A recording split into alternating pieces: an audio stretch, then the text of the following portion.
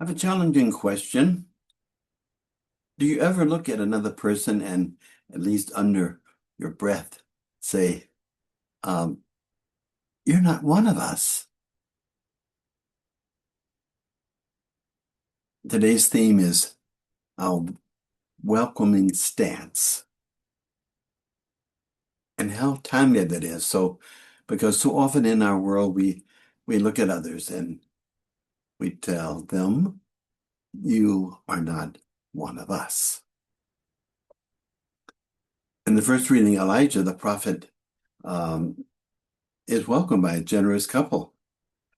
And eventually they come to see who he is, a prophet of God.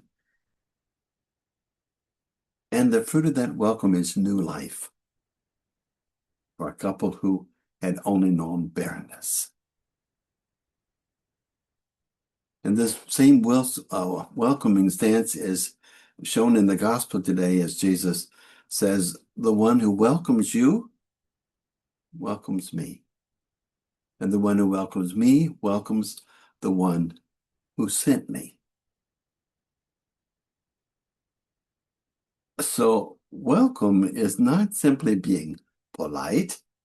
It's not just opening a door. It's opening the heart to the presence of God hidden in that other person. It's welcoming Christ in the stranger, the one we don't consider one of us, and the poor, and the one who is different, and the one who we may be tempted to keep at a distance, a long distance.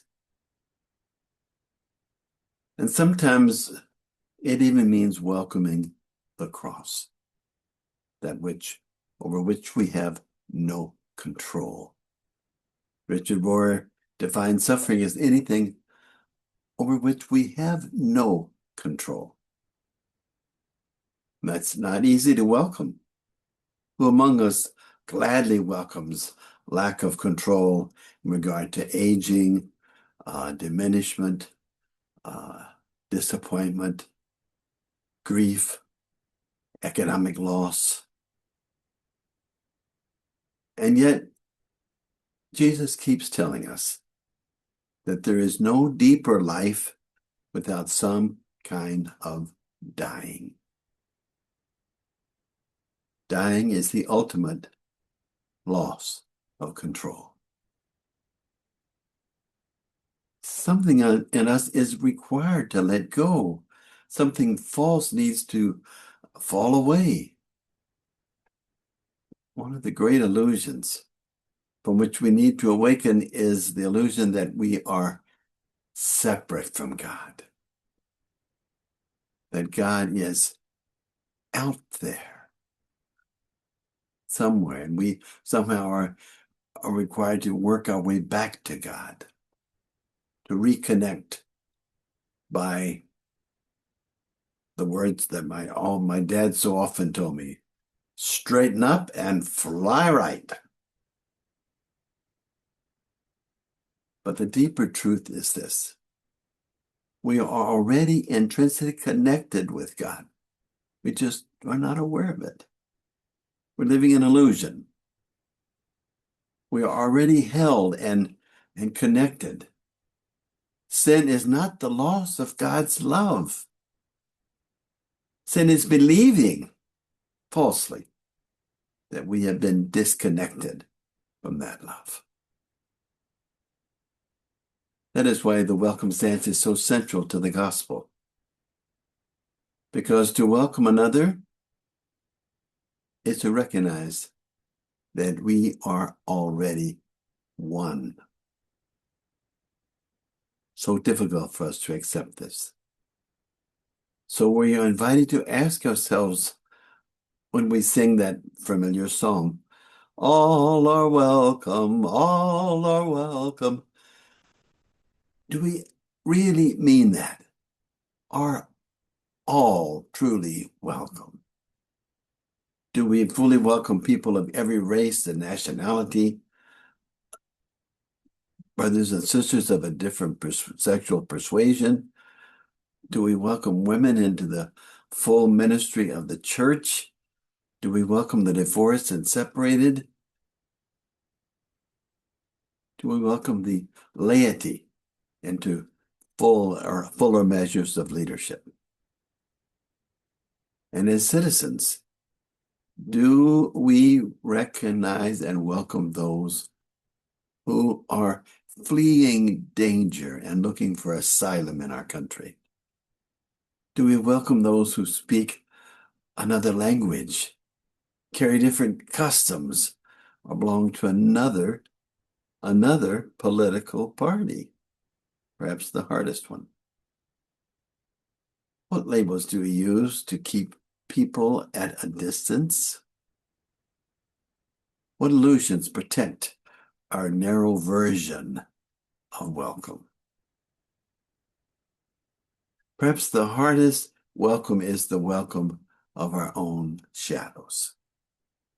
Those parts of ourselves that we imagine even God cannot welcome. Our fears, resentments, prejudices, loneliness, anxiety, addictions, failures. But God welcomes the whole truth of us. And we know that we're all mixed bags, huh? Light and darkness, love and fear, generosity and selfishness. Mixed bags. That's God's specialty, mixed bags. That's who we are. And our joy, our very joy, depends on learning to live without judging ourselves and without judging others out of relationship. That's why I love the welcome prayer. This prayer formulated by a woman on the East Coast, Mary Masowski. And this prayer is very simple.